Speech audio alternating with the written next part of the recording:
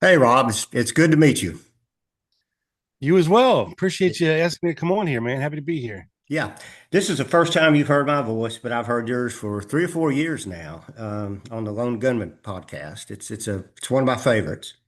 I listen to it every week, so it's really good. And last night was your 377th episode, I believe.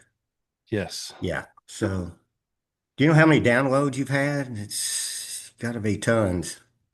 It's probably at this point, because we used to be just audio only. Now it's audio and video on YouTube and streaming. And so everything together, probably 2 million or so at this point. Yeah, and that doesn't include quick hits, does it? Your other. Yeah. I count that as well. Okay. All Yeah. right. Okay. All right. Which is not bad for a very niche subject. You know what I mean? Oh, yeah.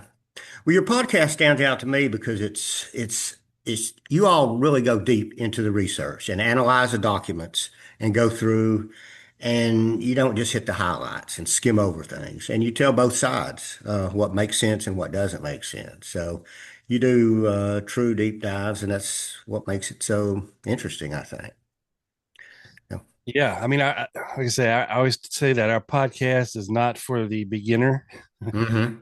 to jump into. And, you might want to, you know, uh, familiarize yourself at least, with the basics of the case before listening to a show like mine. I mean, there's other shows out there that, of course, will take you step by step from the beginning and Hmm. the end. And my show's always been kind of jumping around and talking about whatever interests me at the time. Yes. Yeah. There is no form or fashion to the show whatsoever. Yeah. Um, of course, I believe and have since the beginning of looking into this thing thought that there was a conspiracy involved in the murder of John F. Kennedy. And that fact alone has kept me looking into the case, now for 35 years. Hmm. Yeah. What made you start questioning the official narrative? Well, I wasn't around when it happened. I Uh, was. I was in the second grade. yeah.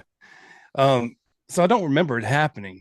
Uh, and of course, I grew up in the 70s and 80s, and as I'm sure there was more going on above my pay grade that I really wasn't paying much attention to at the time.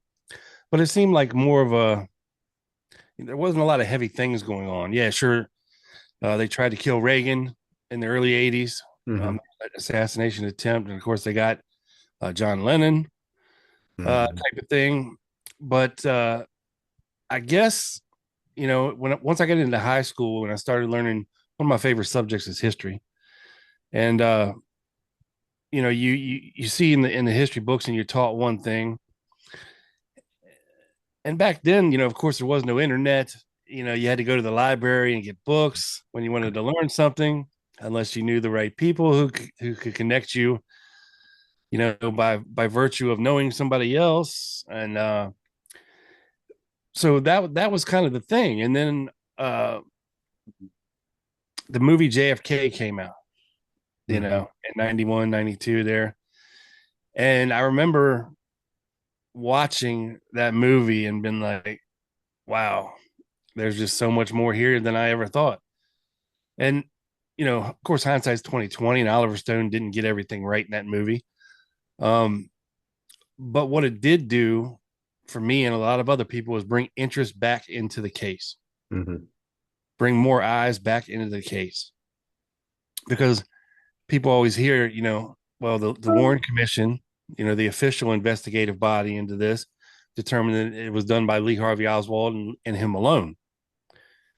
A lot of people don't realize that there was actually a second governmental investigation into this assassination in the late 70s done by the House Select Committee on Assassinations. And they determined that it was a probability of a conspiracy Hmm. involving Lee Harvey Oswald. So they kind Hmm. of gave both parties a bone there.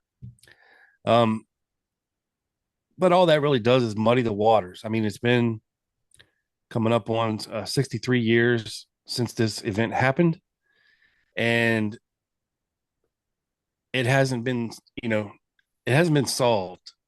Hmm. A lot of people over the years have looked into this thing, have done countless books and documentaries, and I mean thousands of books and written papers and this, that, and the other, and done these presentations. And hell, I've even solved the case 30 times since I was looking into this thing, right? Um, and if you're being honest with yourself and you come up with a theory and you do your research and you come across something that kind of disqualifies what you thought, you have to be intellectually honest when you're looking into this and realize, okay, I was wrong. I got it wrong Hmm. because of this one little thing here. It was wrong. So then you're back to the drawing board again. And it hasn't been solved to everybody's satisfaction, or not even the majority's satisfaction. Some people, you find interesting tidbits here, interesting tidbits there, and there is not going to be, some super secret smoking gun document pop out at some point where it just lays everything out, in black and white, and it's undeniable, and you can, okay, or suddenly a film from that day is found in somebody's dusty attic that clearly shows Lee Harvey Oswald up in the window shooting a rifle. Hmm. Okay, guess we got it wrong. Game over. I'm done. Podcast over. You know what I mean? Yeah. But that hasn't happened yet either. So, we're still here left to speculate. And I always think, there's been so much great work done on this case, investigative wise, by both official channels and private channels, public channels, that it's going to be a coalition of information that we already have, different pieces to a puzzle, if you will. We Hmm. have the pieces to the puzzle. The key is to find the right ones that fit together and put the puzzle together. Hmm. And it's going to be a collaborative effort. And it's going to be pulled from a little bit pulled from here, a little bit pulled from there, a little bit pulled from over there, a little bit pulled from here. And I think that's how we're going to get closest to trying to figure this thing out. Hmm. Yeah. At least that's what we're trying to do. Yeah. We Yeah. all do a really good job of it. Really good job of it. And your podcast, it makes you think a lot of things, a lot of different angles and things like this. So, what are some of the things that you think the Warren Commission got wrong or didn't investigate or maybe covered up? Well, one major thing, once they had Oswald in custody, and if you go back and you really read the early reports, it was coming out that this guy, he lived in Russia. He's got a Russian wife. He was a communist. He was part of this communist group he was putting together that was pro Castro. Um, he had this alias that he was using to order weapons, and he was trying to get to Cuba. And that narrative quickly fell away, and he became, oh, no, he was just a lone nut, just one crazy person, Hmm. right? Hmm. Because they could not have this guy tied in any form or fashion to any foreign, especially communist country at the time. If people thought for a second that Russia or Cuba or any commies were behind the killing of JFK, they would have demanded, you know, retaliation. Hmm. And then we're sucked right into the middle of World War III, in the middle of the Hmm. Cold War. People got nukes. You probably remember doing the exercises under the desk Hmm. back in the day. The bombs come and everybody get under the desk. I don't know what that's going to do, but Yeah.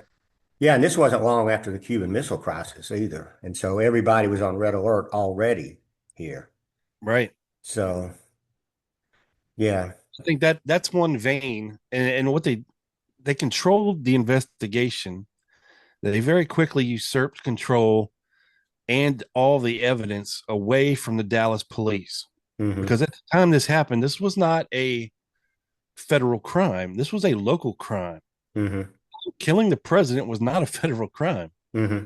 for whatever reason. I guess that law just wasn't in place yet. But his body should have been autopsied in Dallas. The evidence should have stayed in Dallas. Oswald should have been arrested, tried, and held in Dallas. And the feds shouldn't have touched any of this. Hmm.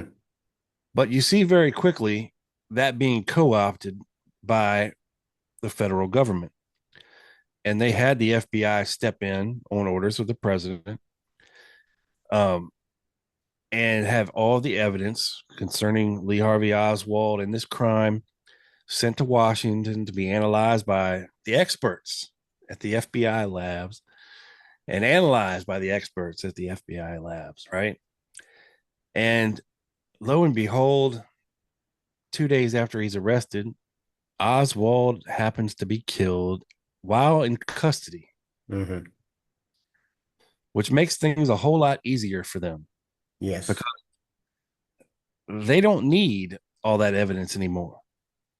They don't have to prove chain of custody for any of this evidence anymore. They don't have to worry about building a case against this guy anymore. But in the eyes of the public, they want to squash any kind of questions because people saw what happened on television. It was the first televised murder, Hmm. live televised murder, when Jack Ruby shot Lee Harvey Oswald live on TV. And it's just when people see that happening, they think, well, how does this happen? How does this happen? You have the most important prisoner in the history of the world. How does this nightclub owner get in there and just is able to pop this guy off while in police custody, surrounded by police and FBI agents? How does this happen? Well, sometimes things are orchestrated, and but to quell any public suspicion, LBJ determined that he was going to put together a presidential commission to officially look into this murder and use the FBI as its investigative arm that could be controlled. And he would set up this commission of lawyers and everything to look into all this and do their own investigation and hopefully satisfy the public. And they did this in almost record time, in less than a year. They Hmm. went from soup to nuts. They went from figuring this thing out, putting it together, doing the entire investigation, the 26 volumes of supporting evidence, and publishing it and putting it in the hands of the president in under a year. That's crazy. Hmm. Um, but at that point, it's done, at least in the eyes of a lot of people, except for the very skeptical few, the few who don't really trust our government very much, Hmm. the ones who can see below the layers and see that, well, something here stinks. Something's very fishy about this. And you have the very, very early researchers start looking into this. And that starts almost immediately after Oswald is killed. Hmm. And we're off to the races, and we're still at it 63 years later. That was a red flag right there. As soon as he got shot, I mean, I was in the second grade and I thought, something about this smells. It's just too convenient. So, yeah. Now, there were internal memos at the time too. I can't pronounce his name, Katzenbaum or whatever, that they said that they had to make sure Oswald was, the public was convinced Oswald did it and did it alone. Yep. And yeah, there were, That was the directive. yeah, That yeah. came down from LBJ. And there's, excuse me, very varying degrees of conspiracy, if you will, that people are willing to attribute to this case. You have the great grand giant conspiracy where everybody and their brother was in on this, from the CIA to Hoover, and everywhere down the line. You, or you have a very tight knit group, within a group type of thing, uh, somewhat clandestine. You have the mafia, throw them in the mix. You have JFK pissing off all kinds of people in all kinds of industries, Hmm. with his reforms, and also his civil rights stance. People Hmm. weren't happy about that either. Hmm. People weren't happy about his foreign policy. People weren't happy about what happened at the Bay of Pigs. Uh, some people viewed him as a traitor, a commie lover, pinko, Hmm. for not supporting that operation. And he had so many enemies. There's just so many things and angles you can look into all this from. Yeah. You know, and that's the fun of it. I don't think it was one group. I think it was collective. It was collective, And I really think, and a lot of it listening to your podcast and Jeff Cradill's podcast, I think the Bay of Pigs had a lot to do with the Cuban exiles. Um, can you go into that a little bit? Sure. You know, part of the case that always presented a problem for me is Dallas is one thing. Okay. Dallas is where the crime happened. Dallas is where Lee Harvey Oswald was living at the time. But Dallas was not Lee Harvey Oswald's home. He was born in New Orleans, Louisiana. He grew up in mostly New Orleans, Louisiana, a little bit in New York, a little bit in Fort Worth, but mostly New Orleans, the seedy underbelly of the French Quarter. And, he had a rough life growing up. Single mother, 3 kids. Um, she's not around much. He's left to fend for himself. And he develops a very odd personality from this. Um, gets weird hobbies. Like what kid is interested in socialism or reading about Marxism and communism when they're 14 or 15 years old? I mean, any other normal kid that age at that time is more interested in chasing girls and cars and or playing baseball. Something wholesome, something normal, but Mhm. not this guy. He's really wants to follow in his both of his brother's footsteps and join the armed forces. And he pretty much sees that as his only way out of the hell that he's in. He's got his brothers are gone. He's stuck there with his mother, who's probably an overbearing uh, piece of work. He probably hates being there. He doesn't have a lot of money. Um, and he sees that as his only way out. And he tries to get there as quickly as possible. But back to your original question, I was always trying to figure out the connection, because if you really look at Lee Harvey Oswald's life, he was in New Orleans up until the end of September 1963. And he came to New Orleans uh, in April of 1963. And he had moved there from Dallas in April of 63. So he was there from April to the end of September. And while there, he was working at Riley Coffee Company, a job that he had got there. And but New Orleans is the seedy underbelly for a lot of these anti-Castro Cuban exiles. It was a hot spot because it was a port city, easily accessible by boat. There was lots of trade and things coming through New Orleans. So it was a good settling place, much like Miami, for these anti-Castro Cuban exiles. And there were these groups that they would form and to try to bring, I guess, more sympathy or more eyes to their cause, but also to connect with like-minded individuals and create a network of people that you know in a city that's a strange foreign land that is now your home.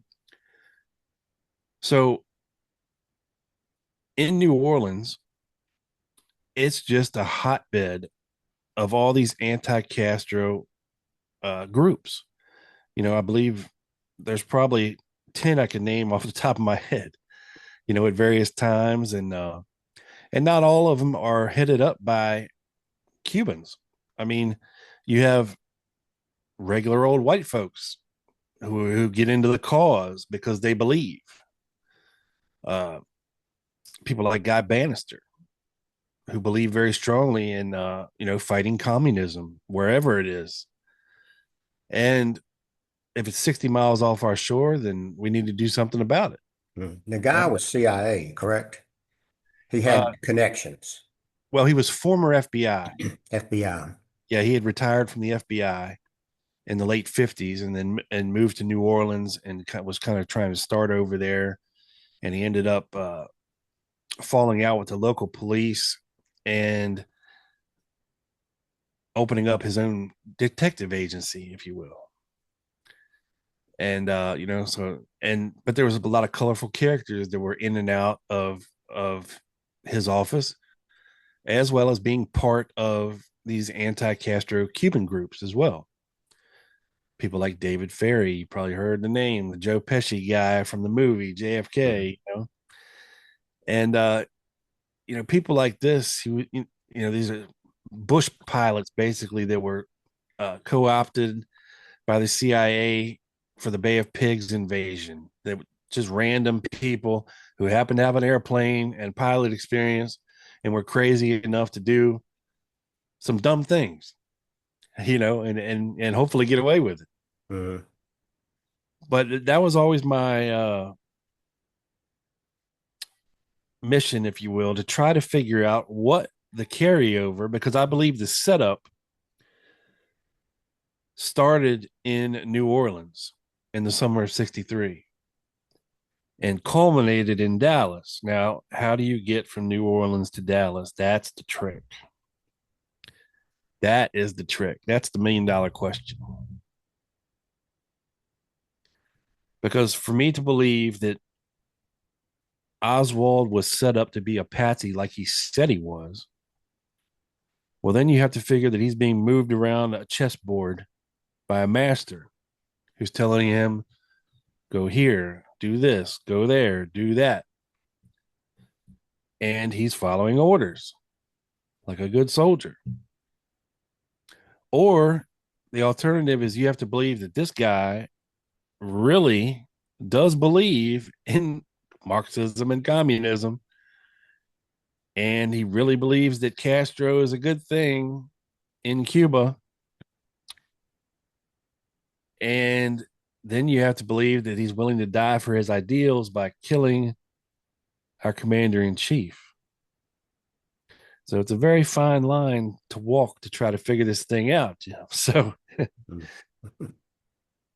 yeah, yeah. Do you think he was involved with Ferry much? well, we know for a fact they knew each other. We have them in pictures together Hmm. from the Civil Air Patrol. Now, his one saving grace is that the Civil Air Patrol thing occurred 55, 56. So, some 6 or 7 years before the assassination goes down. So sure, you could you could lose contact with someone in that period of time, sure. Or you could stay in contact with someone if they were important in your life and you thought they were a good influence on you, or you looked up to them, or somebody you respected. Um, and Ferry's not always the creep, the over the overacting creep that he was portrayed in JFK. I mean, this guy wasn't walking around in a tutu, all effeminate, and he was a very straight sounding, straight looking, very intelligent man. Um, and he was always into something, always trying to do something. Uh, so it wouldn't surprise me if Oswald stayed in touch with Ferry Hmm. after Civil Air Patrol. I mean, that'd be somebody that would be interesting to know. Now, maybe old Dave tried to hit on him one night, and things went sideways. I don't know. Uh, who knows? Yeah. Yeah. But Ferry was definitely worried about something when he saw that Lee Harvey Oswald had been arrested. Hmm. And he was trying to run down some things he denied knowing Oswald. And then when there's actual proof of it, well, I might have met him once. Hmm. Yeah. Wasn't there a library card involved? Yeah. Somebody had put out the rumor. I think it was Jack Martin that Hmm. David Ferry's library card had been on Oswald when he was arrested in Dallas, to the point where you have David Ferry showing up at Oswald's where he was staying at in New Orleans um, the summer before. He showed up at that landlady's place the night of the assassination and was wondering, "Hey, do have you seen a library card or something?" She said he was asking about the library card. So very odd behavior for somebody who supposedly doesn't know it's somebody, you Hmm. know? Yeah. Yeah. How much do you think David Ferry was involved with this? Just a Uh, guess. I wouldn't say very much. Um, you know, David Ferry has very specific set of skills. Hmm. And we've been talking recently about Redbird Airport Hmm. and you know, he did make an odd travel, if you will, the night of the assassination to Texas, Ferry, that is, with two of his little buddies. But he didn't fly there, he drove. So did he drive there to possibly pilot a plane once he got there? Or was he just there in case something went wrong? Was he supposed to meet up with Oswald somewhere? We just don't know. You can speculate all day, Hmm. but um just that's always been a very odd trip. Hmm. People still trying to figure out what it actually means. He's a puzzle. So was Oswald, but Ferry was a puzzle. I know he worked for Eastern Airline, got fired for um, hitting on younger men, and became more of a private pilot. And didn't he? Is it documented that he was doing some gun running? I believe he was definitely flying into Cuba Hmm. um, for the Bay of Pigs invasion, and probably prior to that, Hmm. supply runs type of thing, dropping weapons, dropping medical supplies, what have you, Hmm. people. Um, but I don't know about full scale gun running Yeah, type but he of. was going into Cuba Oh yeah, which was definitely off limits. yeah. Um, yeah, so it probably wasn't on the up and up. Um, yeah, so. Yeah, but if he thinks that the CIA is telling him to do it, or Hmm. asking him to do it, or paying him something to do it, Hmm. he's okay with it. Yeah, You yeah, know, and yeah, he's just crazy enough to give it the old college try. yeah, yeah. Yeah. What other red flags do you see in the Warren Commission? Oh man, I know so there's many. a lot. There's a lot to choose from. Well, they look. There's a lot there. I mean, there's 26 volumes of supporting documents and evidence to the Warren Report, which is basically a condensed version, a 600-page condensed version of events. Okay, they tell you this is what we think happened. Boom. Mhm. And then the other 27 books full of stuff over here is why we think that. You Mhm. figure it out, basically. And there's no rhyme or reason to the 26 volumes. It's all over the place. The Sylvia Marr, and a first generation researcher, she actually was the first one to come up with and create an index for the 26 volumes Mhm. because the government didn't do it. So she made it very much easier to find things Mhm. in the 26 volumes by creating an index, which is just, one small thing that somebody could do to make things a lot easier for researchers, to look Mhm. into this thing. So, but again, everything is so boggled down. Like Alan Dulles said, American people don't read anymore, Mhm. which I don't know about then, because a lot of people did read the 26 volumes and were like, "Hey, hold on a minute. Why is this document here says this and this says that? Well, this doesn't make sense. This doesn't jive with what you said." Um, that was the impetus for a lot of these first generation researchers to start looking into this thing. Mhm. And once you have independent investigators and journalists descending upon Dallas and contacting people that the police and the FBI have supposedly already talked to and asking them certain questions that the FBI didn't go certain places with witnesses, you know? They didn't talk to a lot of people. Like, here's a big red flag. Why didn't they talk to Bill and Gail Newman, Mhm. who were basically a young couple with kids who were standing on the curb, literally 10 feet away from Kennedy as his head gets blown off? Why don't they talk to them? Why aren't they in the Warren Commission? Mhm. I mean, there's famous footage of them laying on the grassy knoll, surrounded by photographers where they're protecting their kids, type of thing. They're immediately snatched up by newspaper reporters at the time and taken into a TV studio and interviewed.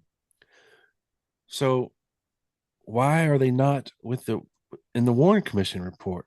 Well, I'll tell you why. And this is just one example of an eyewitness. And look,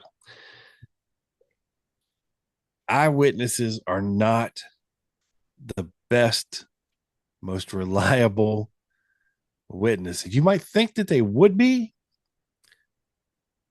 but man, something happens when you're in the middle of the shit, when Mhm. it goes down, where your brain, something breaks, okay, where it kind of puts you on autopilot. And it's like, all right, buddy, you're in the back seat now. I'm in the front seat, and I will take it from here. You know, the Mhm. old fight or flight. You know what I mean? And here's why they didn't interview uh, Bill and Gail Newman. So when Bill Newman gives his sheriff's department affidavit on November 22nd, now this is the day it happens. Dude's 22 years old, young kid, married with kids, and this is what he says. Today at about 12:45, I was standing in a group of people on Elm Street near the west end of the concrete standard when the president's car turned left off Houston on Elm Street. Now I can tell you right there, Jim, he's already got one big fact mixed up. The shooting took place at 12:31. He's saying it was about 12:45. So already he's 15 minutes off, Mm-hmm. which is not a little bit. That's a lot. Mm-hmm. Especially when you're standing right beside of a building with a big ass clock on top of it. Mm-hmm. You know, he might not have a watch, but there's a giant clock on top of this building, but right there. So that's number one fact that he gets wrong. Not by a little bit, but by a lot. He says, we were standing at the edge of the curb looking at the car as it was coming toward us. And all of a sudden, there was a noise, apparently a gunshot. Apparently, the president jumped up in his seat, and it looked like what I thought was a firecracker had went off, and I thought he had realized it. So now he's telling us the president done jumped up out of his seat in the back of the limousine. Okay, well, unless you were an eyewitness and unless you were there at that time, and unless you had seen some of the films like the Zapruder film or the Much More film or the Nix film, then you wouldn't know that Newman is way wrong because Kennedy never jumped up in his seat. But this guy's standing 10 feet away from him when his head gets blown off. And this is what he's seeing or remembering that he saw in his brain. So Kennedy jumps up out of his seat, right? He says it was just like an explosion. And he was standing up.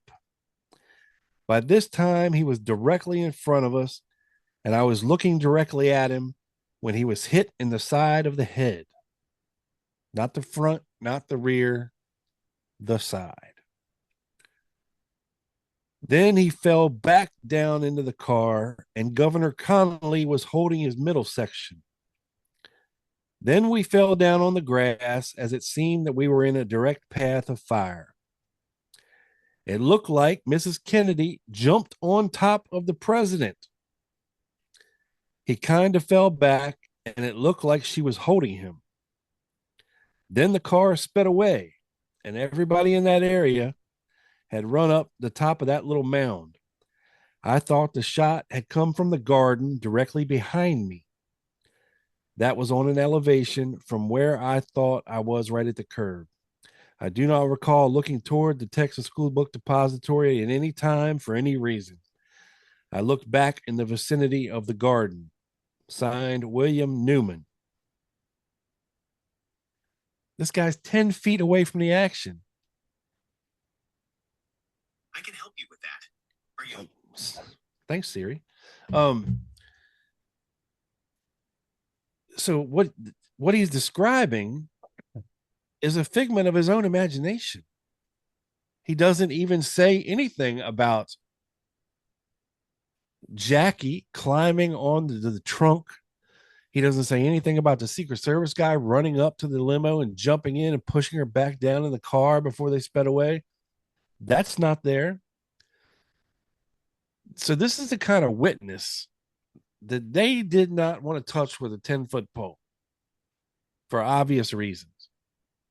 There's just so many problems with what he's saying. He can't, it'll never be satisfied to anybody's conclusion what he said he saw. It doesn't line up with anything. Even more so after you see something like the Zapruder film and you're like, what the hell was Bill Newman looking at? You know? Mm-hmm. But these are the kind of red flags you see how they cherry pick information or they don't interview certain people for certain reasons, or they don't ask people certain questions for certain reasons, or they go off the record at certain times because maybe the witness starts to talk about something they don't want them to talk about. So a lot of these things are the red flags Hmm. from the Warren Commission. I mean, they wanted to orchestrate an investigation that solely pinned this on one man and one man alone because he was crazy, Hmm. not because he was endeared to Castro or communism or anything like that, but just because he was crazy. He had just his home life was horrible. He'd had enough, and he just snapped, and just decided one day that just do this. Yeah. They And did call a few witnesses though that were had fantastic stories in other parts of the investigation. I can't recall her name right now, but with the J.D. Tippit murder, the lady that came out. Alan Markham, Yes, yes, yes, yeah, yeah. Um, she she probably wasn't that reliable at all. But they did call her. little hysterical. Yeah, yeah, Uh, yeah. and that's another part of this whole thing. Once you start to look into it, you got all these witnesses that are supposedly right all around this crime scene as it's going down, Hmm. that they all seemingly seem to see something different. Yeah. And that's why I say that, you would think that eyewitness testimony would be something you can hang your hat on, but man, you really can't. No, You really no. can't. You can use it as a guide, and if people say generally the same story, same thing, you can kind of put the puzzle together. But yeah. But, you can see from what Bill Newman said that he saw, and we can see what he saw by watching this British. We Hmm. can't see what Helen Markham saw because there's no Hmm. film, but you could see how things could get out of whack very quickly. Hmm. Um, when it comes, because she's standing on the corner waiting for a bus. All right, you have another guy on the corner sitting in his cab eating his lunch. You have another guy who's pulled across the street, down the street a little bit for whatever reason, sitting in his truck. Um, they're not thinking that a cop is going to get murdered right in front of them that day. Hmm. That's something you just don't think about. Hmm. And then all of a sudden, when it happens, and you're right there, and you're right in the middle of it, and you're not expecting it, it's a surprise thing. It's a fight or flight type thing. What do I do? Do I help the guy? Do I chase the bad guy? Do I call the cops? Do I get the hell out of here? What do I do? And all that's racing around your mind at the exact same time, very quickly. And people, of course, react differently in different situations. Hmm. So some people rendering aid, some people doing nothing, some people getting the hell out of there, some people chasing the bad guy. I'm not chasing a bad guy with a gun that just shot somebody. You can just Right. mark that off the list. Right. Um, yeah. Now, didn't she identify Oswald or someone that looked like Oswald that killed Tippit, that shot Tippit? Well, I, I don't know how accurate that was when it comes to the lineups. I don't trust the police not to lead the witnesses. Like, are you sure it was the number two man, right? You Hmm. know, type of thing. Yeah. And I think that was what happened with her, because I don't think she got a good look at who this guy was. Not that good of a look to be able to identify him in a lineup. No. But if the Dallas police, especially Fritz, they have these high clearance rates, on their murders and Hmm. crimes. If you can get somebody to identify somebody in a lineup, man, back then that was as good as gold going into court. You know what I Yeah. mean? Yeah. It is, before, DNA, of course, fingerprints are still in its infancy. Um, you know, an eyewitness who can identify the perp, that's pretty top tier. That's a clincher back then. Yeah. Yeah. Yeah. But some of the other people didn't identify as Oswald, correct? One guy didn't he, one lady, the African American lady, I think, didn't she identify a dark-skinned man and another man, like two men? Yeah, Yeah. yeah. So they, and I don't know who's right, but the Warren Commission kind of picked the one that they wanted, that showed that the angle they wanted and kind of left everyone else uh, out. What do you think about the magic bullet?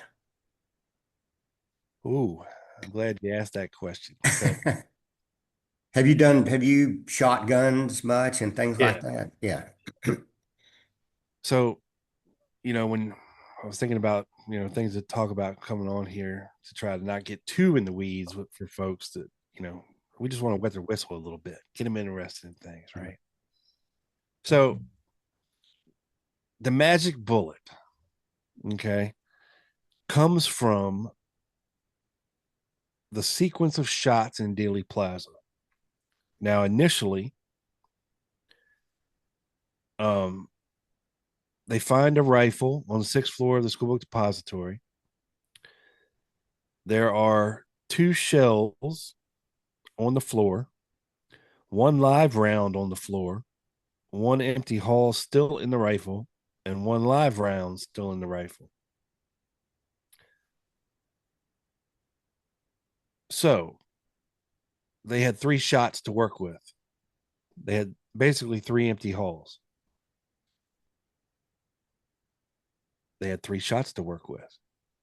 Most, not all, but most of the Dealey Plaza ear witnesses that were interviewed that day agree that there were three shots. And they had this kind of sequence where it was like boom, boom, boom, where the second and third were very close together, almost impossibly close together. You know what I mean?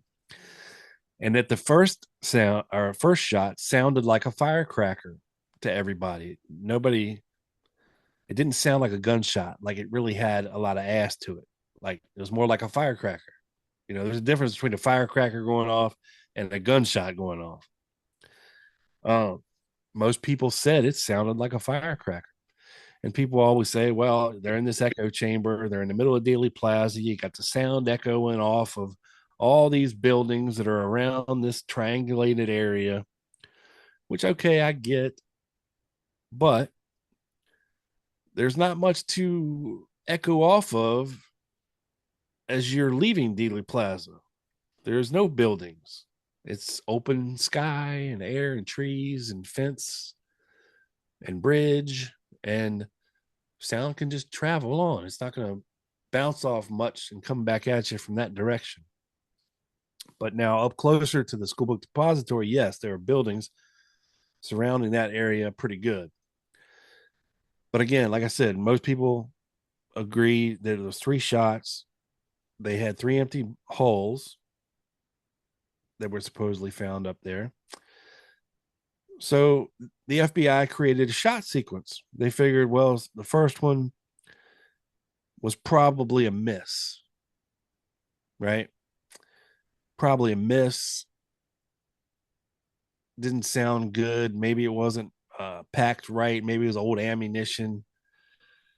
Maybe it just a dud, a dud, a dud bullet, if you will. And it missed.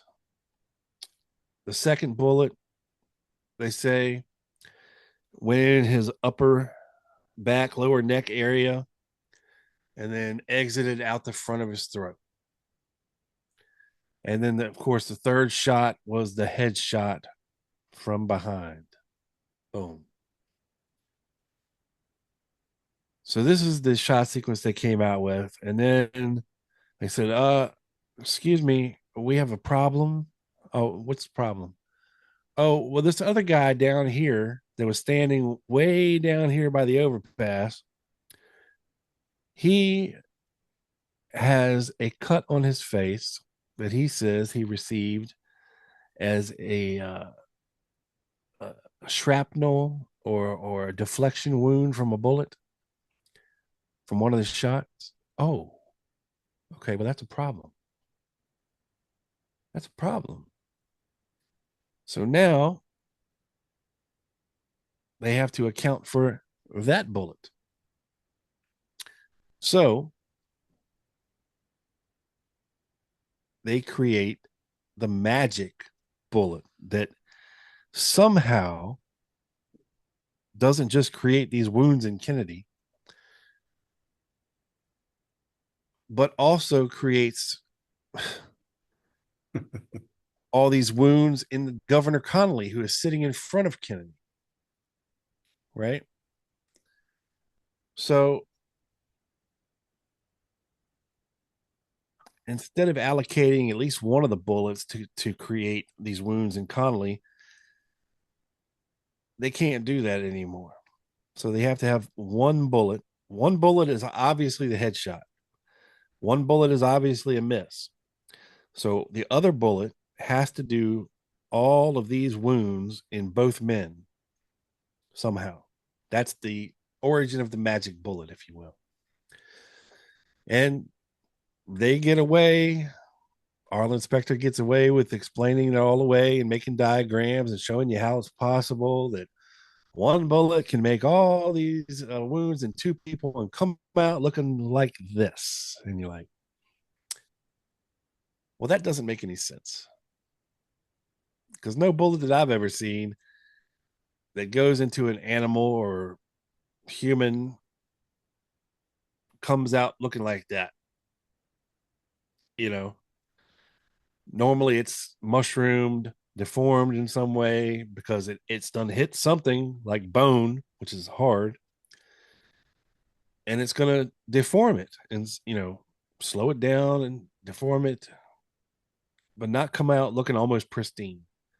And that was a giant red flag for a lot of people looking at the case too. They were like, they didn't buy that either. So that was also a catalyst for people to look into things and see why we weren't being told the truth about all of this. And we talked about on the show just last year, Paul Landis, a former Secret Service agent who was riding in the car behind the president when he was shot, just came out with a book last year. And he was explaining in the book how after they got to Parkland and they got the president out of the limousine and into Parkland, and as they're cleaning it up, he finds a pretty much intact bullet laying in the seat crevice where the back seat meets the trunk.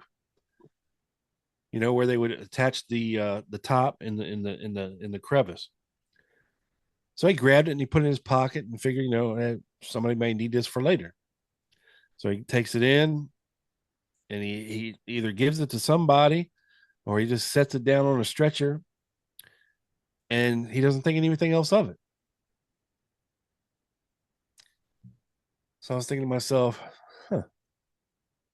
So then when you look in, and there's also a lot of problems with the medical evidence and the president's autopsy and all of this. But if you read the FBI's Cyber and O'Neill report, these are two FBI agents who are standing there while they're doing the president's autopsy and they're taking notes. Okay. And they say specifically in the notes that the wound in the president's back that they say was a through and through and was up high enough to come out the president's throat was actually 4 or 5 inches below the neck. And it was probed with a little finger, actually. And they could only get in there about half a knuckle. So that bullet entry stopped at some point. It did not go all the way in or through the president. So I started thinking, okay, well, what makes sense here? Okay, the first shot sounded like a dud. It sounded like a firework. It didn't have a lot of ass to it. So what if the first shot went into the president's back about halfway. Okay. Didn't really do anything except maybe hit some nerves that caused the president, you know, maybe jerk around a little bit, maybe. And then if the hole in the front is not just a trach, and we take what the Parkland doctors say to heart, that it was an entrance wound, then the president is shot from the front in his throat. And of course, that bullet didn't exit. So I'm thinking, okay, well, the president's getting jostled around a lot in that back seat. If you watch the Zapruder film, and Jackie's got her arm around him at one point right before the fatal headshot. That bullet that went halfway into JFK's back and stopped could have easily been knocked out or jostled out by either Jackie or just him moving in the back, against the back seat, and could have ended up in that little ravine there between the back seat and the trunk, which makes sense. Because when you start thinking about everything else or every other explanation that I've ever heard for why that bullet looks like it the way it does, that's the only thing that makes sense to me. Is it was one of those dud type bullets that didn't have enough gunpowder in it.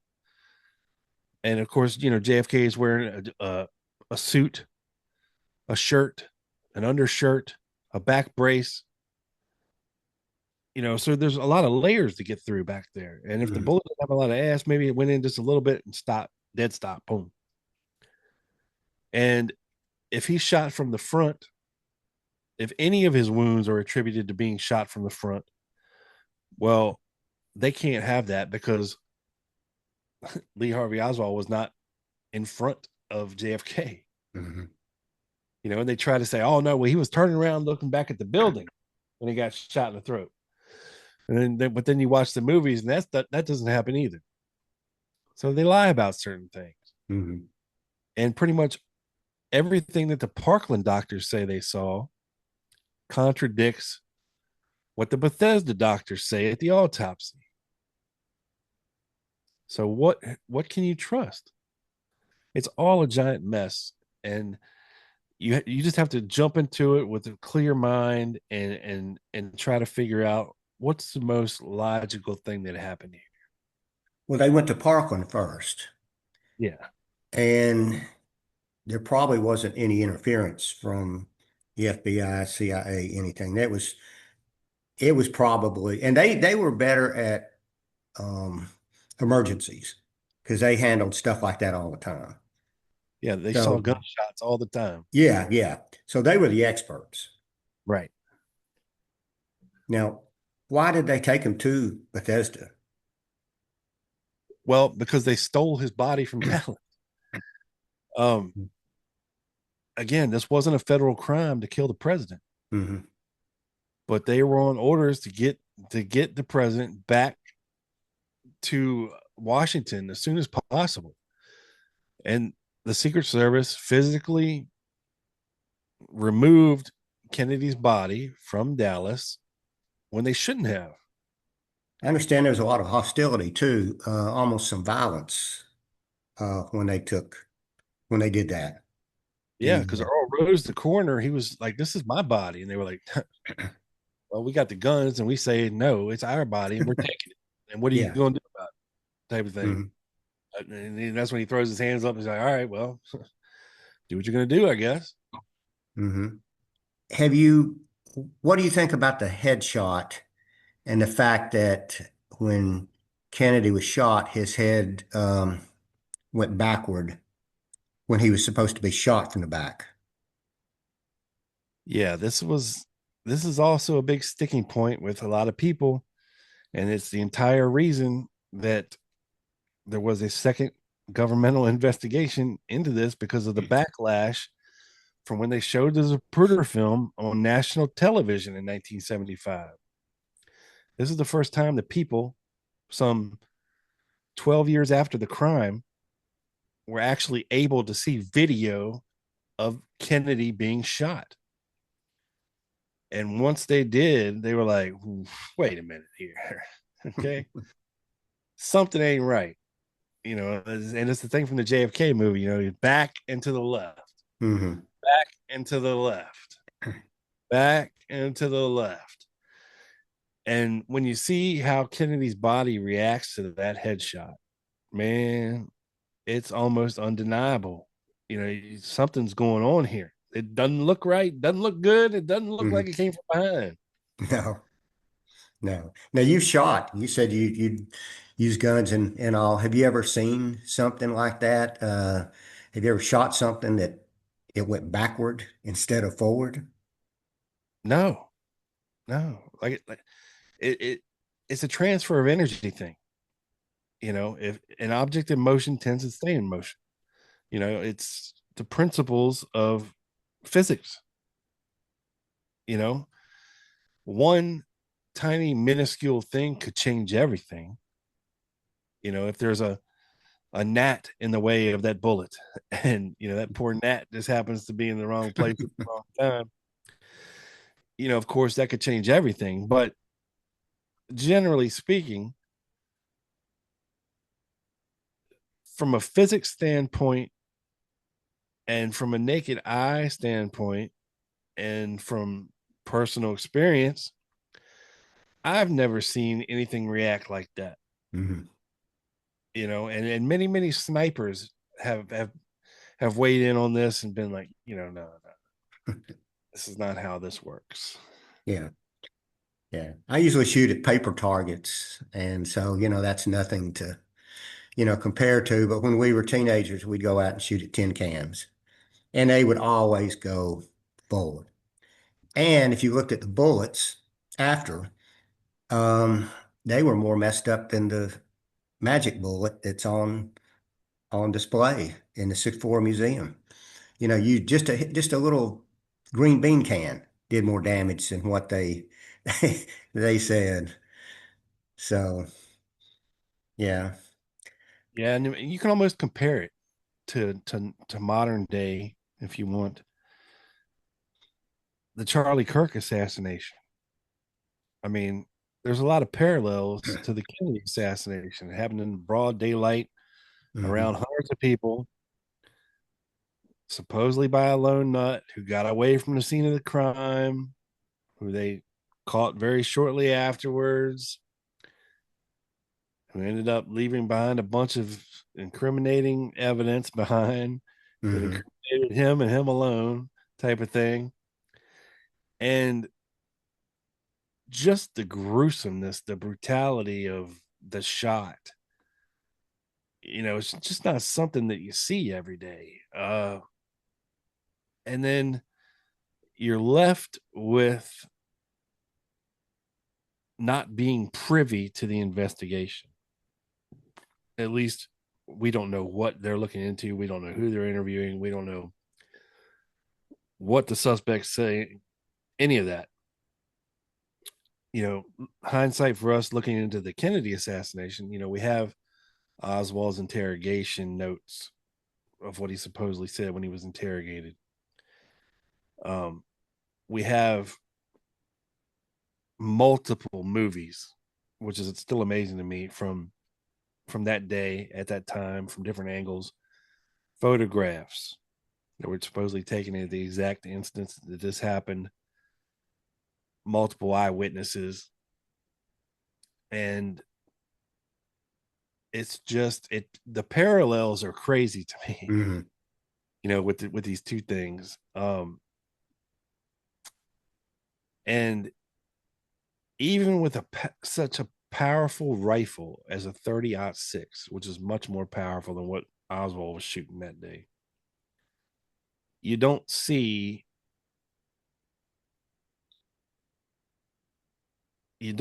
that when Charlie Kirk is shot either. You don't see him, reacting from a different. And people have slowed this footage down. Hmm. Everybody's seen the. I mean, it was all over social media. They had no problem showing you every gory angle from this whole thing. Um,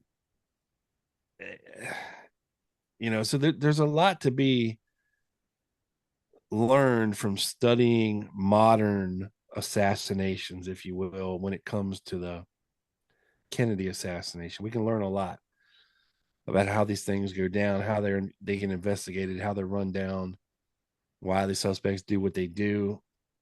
Fortunately, this guy that supposedly, allegedly shot Kirk was not killed in custody 2 days later. Uh, but are we going to know what happens in the courtroom? I don't know. It might be a closed courtroom, and we'll never know. Who knows? But it's very interesting to think about. That's how conspiracy theories really get started, is the secrecy and, hiding the information, and everything might be legitimate, but the fact that it looks like people, the government or whoever is trying to hide stuff is, that's a big red flag to me. That's a Yeah, I big mean, red flag. when you see something like what happened in Las Vegas, those years ago, 7 or 8 years ago, this is the biggest mass shooting in the history of the United States, and it was brushed under the rug and Mhm. silenced within like a week. You didn't hear nothing else about it, and you Yeah, still don't. yeah, Very weird. yeah.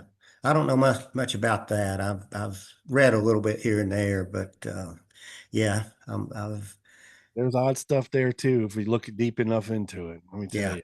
yeah, yeah. Well, let's cover one more brief subject, and I'll let you choose which one. Another red flag.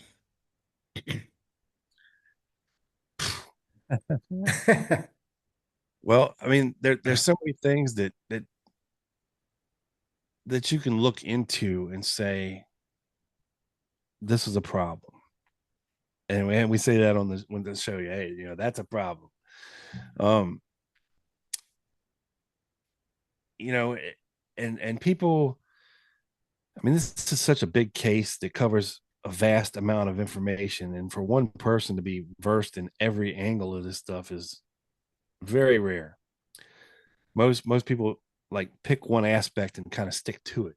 hmm Like, okay, I'm gonna focus on the medical evidence, right? And this is all I'm gonna look at. It's all I care about. I don't give a crap who was on the grassy knoll. I don't give a crap about Lee Harvey Oswald. If I can prove that there was some chicanery going on with the medical evidence, then I've done something. I've contributed to the case somehow, right? Or they'll just focus on other certain aspects of it. But man, another red flag. What about the rifle? The Carcano, if Yeah. that's what I know. I think you have questions about whether that was the right gun or not. But I how he certainly, got it, fingerprints on it. yeah, I certainly think that at some point that rifle comes into play. Whether or not it was actually found that day on the sixth floor, there we do have documentation that says otherwise. That says that it was a Mauser. hmm We have an eyewitness, a former deputy of the year with the Dallas County Sheriff's Department, saying right there, stamped on the barrel, whatever Mauser. So you have these other contradicting things, but of course we can't prove it. Um, you have very news reports, which of course can be wrong. So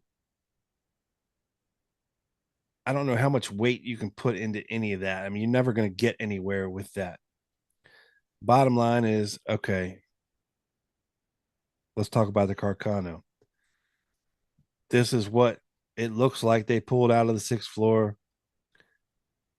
This was supposedly ordered by Lee Harvey Oswald, except it wasn't ordered by Lee Harvey Oswald. It was ordered by his alias, hmm right? AJ Heidel or Alec Heidel. That's whose name the rifle was in. It wasn't in Oswald's name. He didn't order it in his own name. So if this rifle were traced back to Klein's, as it was allegedly, it wouldn't immediately link back to Lee Harvey Oswald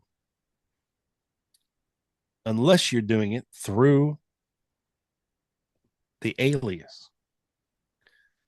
Now, fortunately, Oswald got in some trouble in 1963 in New Orleans when it came to fighting some Cubans.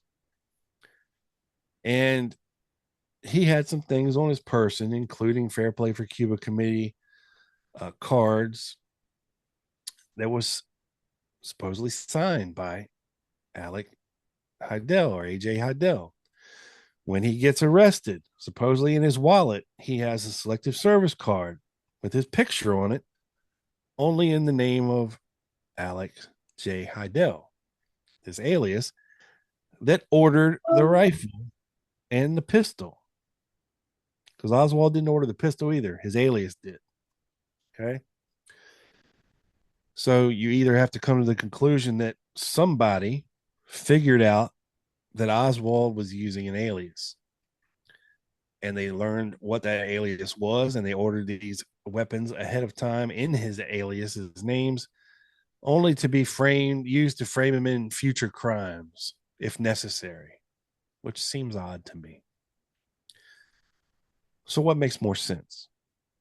Well, what makes more sense is that Oswald was working at a printing place at the time with a bunch of questionable characters, one who would later be on the top 10 FBI's most wanted list for forgery, a con man.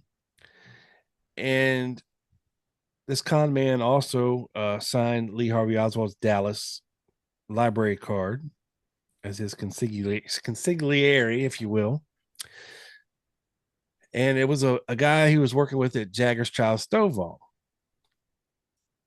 My thinking is, well, this guy at Jagger's Child Stovall that he was working with was actually living under an alias at the time because he'd been in so much trouble with the law. So maybe he confided in Oswald, hey, I know how to fake documents, create aliases, create a new identity type of thing. And maybe they were dicking around at work one day with it, and all right, well, let me change my selective service card here. He's like, oh yeah, just wipe this out. We'll type over that, add this picture in here, and look totally legit type of thing.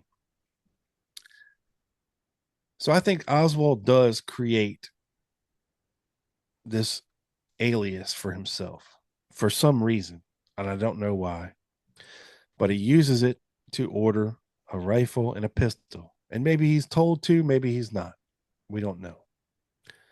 Or maybe he never did. Maybe somebody co-opted his alias and ordered these, like I said, ordered these things in, picked them up from the post office before Oswald even knew they'd been delivered.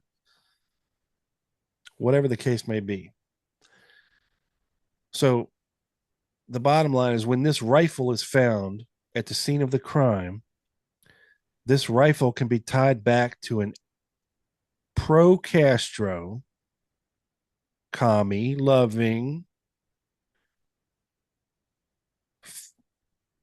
American hating former Marine, right? Who's using this alias that he's created, who's the secretary in the Fair Play for Cuba Committee, who's a pro Castro supporter. Heidel is the link. Heidel is who ordered the rifle. The rifle's found at the scene of the crime. It can be tied back to this pro Castro supporter, Alec Heidel, AJ Heidel, who doesn't exist. Maybe Oswald's dumb enough to think that that's a good enough buffer for him. They'll never know it's me, type of thing, right? Maybe he's just not that smart to figure out that that's not a good enough buffer, buddy. Like your dumbass you're carrying around the ID in your wallet. That's number one. Number two, you're tying this Hydell guy to the Fair Play for Cuba Committee, which you're handing out leaflets all over New Orleans and getting arrested for doing. Not a good look. So I don't know what the end game is here. And just because all this happened, just because his rifle's found on the 6th floor, maybe he even brought the rifle into the building that day for some reason. Maybe he was instructed to. We still can't prove or put Oswald in the 6th floor window at the time of the shots. Yeah. Now, did anyone see him pick up the rifle from the post office or however it was delivered? No records of any of that. Okay. Yeah. So you can order it or not order it, but really the proof is, do you pick it up? Do you receive it? Right. And Yeah. when you fill out a P.O. box back then, there's a list of people or organizations that can pick mail up from that box. And that alias was not on there. Hmm. It was Lee Oswald, it was uh Marina Oswald, and it was Fair Play for Cuba Committee. Hmm. So he was receiving, if he got mail from the Fair Play for Cuba Committee or addressed to the Fair Play for Cuba Committee, like if anybody signed up off of one of his flyers and paid his dollar dues or whatever, they send it to this PO box and he could get it because he is the Fair Play for Cuba Committee. But yeah, no, there is nothing on there, and there's no receipts of any pickup for either the pistol or the rifle, Hmm. Yeah.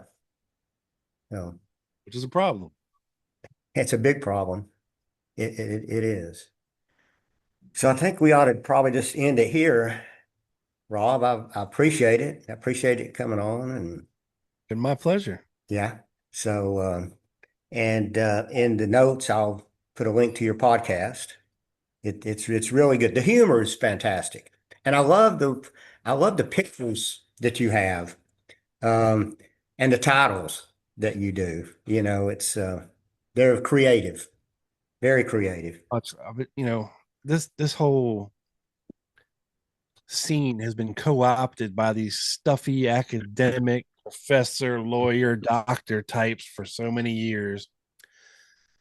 And it's just like, you don't have to have a PhD. You don't have to have a bunch of letters after your name to look into this case or to be smart enough to try to figure things out.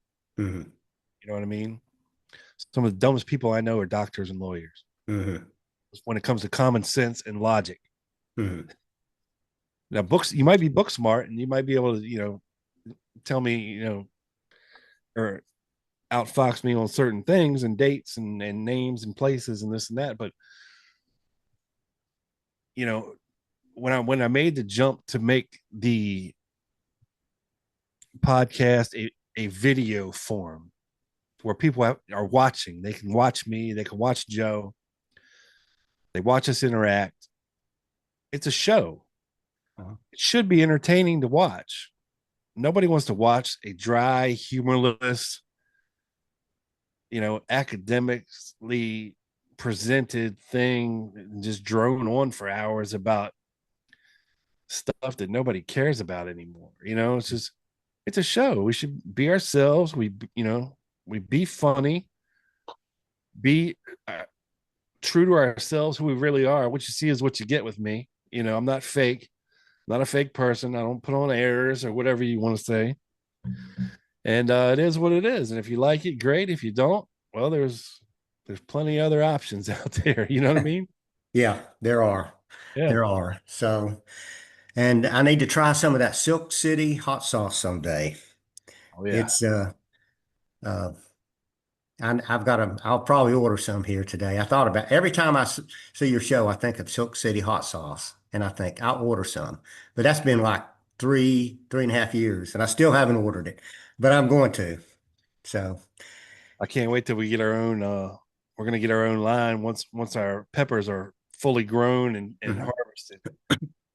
Joe sent him some pepper seeds that he got from Italy from a couple years ago, And but the process takes a while to grow these strains and Hmm. all that. But we're gonna have our own hot sauce flavor, and it's Hmm. gonna be awesome, man. I can't Yeah. wait. Yeah. Yeah. Well, let me know when you get it. Oh yeah. Sure. Okay. Well, I really appreciate you coming on the show. I really do. Jeff Crudell, I never can say his name. He's going to come on soon, and we're going to talk about the Warren Commission and things like that. And I'd like to have Joe on too sometime. Joe Borelli. Funeral. No, I'm just kidding. Yeah, you all interact very well together. I So like busting his balls. yeah. Yeah. Okay. Well, thanks a lot. Yeah, Okay. Jim. Okay. Pleasure. Bye. Bye.